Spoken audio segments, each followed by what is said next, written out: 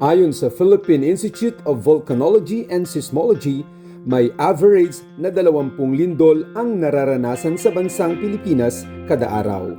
Habang ang ilan ay hindi ramdam, ang buong bansa ay nakararanas ng humigit kumulang 100 hanggang 150 lindol bawat taon.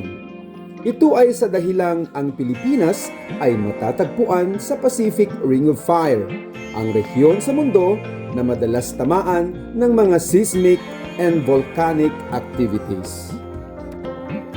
Samantala, 20 bagyo naman kada taon ang inaasahang pumasok sa Philippine Area of Responsibility at 8 hanggang 9 dito ang kadalasang tumatama ng direkta sa kalupaan na nagdadaan ng pinsala sa ating lugar mula sa buwan ng Hulyo hanggang Oktubre.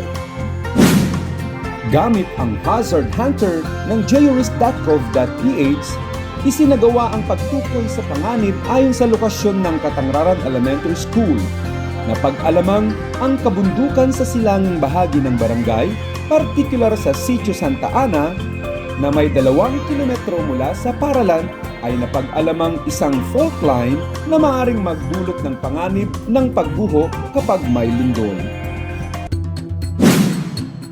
Ano nga ba ang hazard?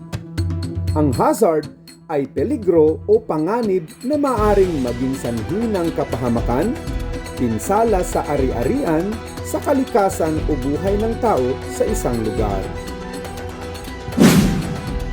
Ang hazard mapping ay ang pagtukoy sa mapa ng mga lugar na maaaring masalanta ng hazard o panganib at ng mga elemento sa ating kapaligiran.